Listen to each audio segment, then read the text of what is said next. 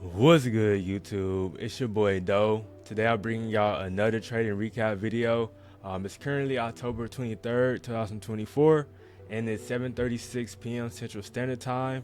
And man, as y'all can see, I'm still undefeated trading the Asia session. I'm telling y'all, bro, Asia session, they love me, bro. I can't be stopped. And y'all see it from here. I made a little over $7,000 trading NQ today. And man, let me know how y'all performance was today in the market. I didn't trade New York session today, but I heard that price action wasn't the best. Let me know down below during the comment section if y'all took any buys or any sell positions during the New York session, or y'all just sat on the sidelines. Just let me know down below. But without further ado, let's get into the trade recap, and I'm gonna show y'all how I caught this trade. So y'all already know what I'm about to say. We go to that daily, see what the daily talking about, and boom. Hey, like I said, I literally pointed this out last week. I said last week, I told y'all how I wanted price. I think it was on a weekly. No, it was on a daily. Yeah, on a daily. I remember I said I wanted price to come down here, taking out this previous week low. And the reason why I said I wanted that was, on a weekly, price was in this weekly fair value gap. As y'all can see, price is respecting this fair value gap, and we're also high in premium range. Boom, I draw my GAN box right here. As y'all can see, look, price is in this premium range. So I'm looking for price to sell off into the equilibrium, and I went to the daily. And that's why I always say the daily high and low in a previous week high and low is very, very important draws on liquidity, because you've seen how like price was just gonna boom go up to the upside, but it literally started to chop for a little bit, then displace to the downside, taking out this previous week low. The reason why I did that once again was because we was in premium range, and this was a major draw on liquidity. So knowing that, I went to the 4-hour. And on the 4-hour, we had just broke below this previous week low, and we tap into this fair value gap right here, this 4-hour. You see how look how perfect this price delivery is. You see how the wick is literally right below that fair value gap, like it literally filled it in perfectly before going to the upside. That's why I say, bro, instead of trading support and resistance, bro, use fair value gaps. They're way more reliable than support and resistance, and it's really the true support and resistance, because price like to trade efficiently, and fair value gaps shows that there's imbalance in the market, and that means that price want to go back into the fair value gap and fill those orders in, so traders can have their chance in buyers or sales. Because if you see this fair value gap right here, it wasn't fair for the buyers, because buyers didn't have a fair advantage to get into their positions. That's why, as you can see, price came back up and it's filling this fair value gap right here to make price efficient.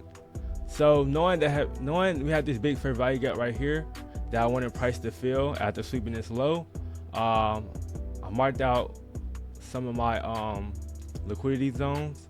So we had this liquidity right here, which is the previous day low. We got another liquidity zone right here, which is our previous day high, and we got this 4-hour high that I marked as liquidity.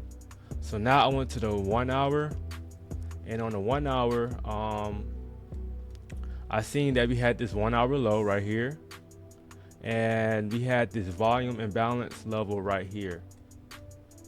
And the reason why this is a volume imbalance was because, as you can see, the body of this candle right here, it's not overlapping the middle of this candle.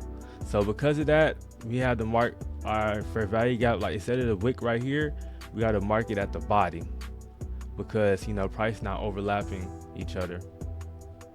We just call it volume imbalance, or volume fair value gap. So after marking out all my fair value gaps that I seen and my liquidity levels, I went to the 15-minute. Okay, and on the 15-minute, I noticed that price had cleared these lows right here. Boom, cleared these lows. right here, boom. And we're in this higher time frame for value gap that price is respecting. And we also have literally all these liquidity right here, boom. You see how we had this higher wick and this lower wick right here? That means price failed to break above this wick, causing it to be liquidity, because that's where sellers have put their orders right here. Their stop loss right here, trying to target price all the way down to the downside. So knowing that, we know that all of this is liquidity right here. And what smart money like to do, smart money likes to take out liquidity. So they gave me more confluence to start looking for buys to the upside. And I also noticed that we also had this 15-minute fair value gap is real small, but as you can see, price respected it. As you can see, look, boom, the wick came off. Even though the wick passed the fair value gap, the body never closed above it, which shows that it's valid. So knowing that, I went to the 5-minute. Let me click off of that. And this is really the big confluence that helped me get into the trade, and that gave me more confidence to actually take this buy position, was this fair value gap. Because price had swept these lows, displaced to the upside. We still had liquidity that price can target. And I know that we're in this higher time frame fair value gap that price is respecting. And the reason why I know price wasn't going to sell all the way to the downside, because we literally swept all these orders. Like, price came down, boom, swept liquidity, came up again, sell off, swept this liquidity. Now it's like, it's literally no reason for price to continue to sell off, because we're in this fair value gap. Plus we had this big old imbalance right here that price want to fill. You see how price is pushing up all the way up here? It's because this is a market imbalance and price want to be efficient. So we want to fill this whole box right here before going to the up or downside. So they gave me even more confluence to take buys to the upside. So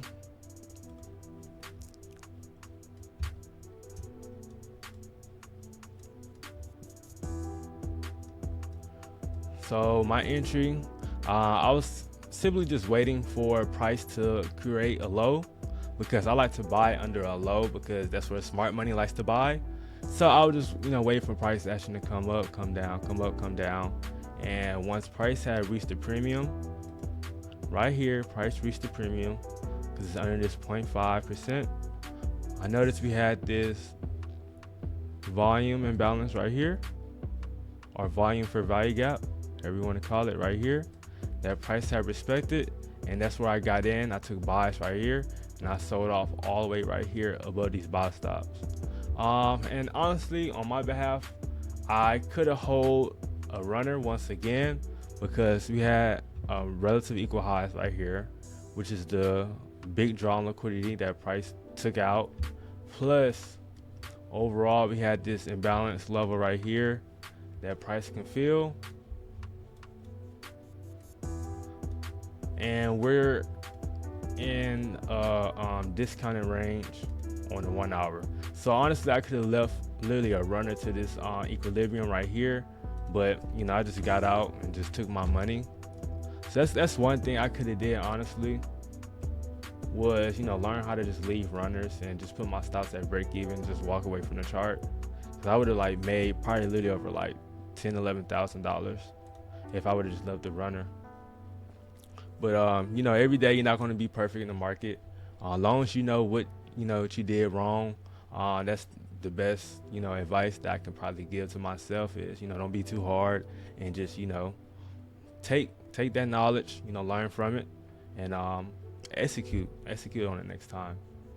So let me show y'all my executions. So let's go to more settings, trading, executions.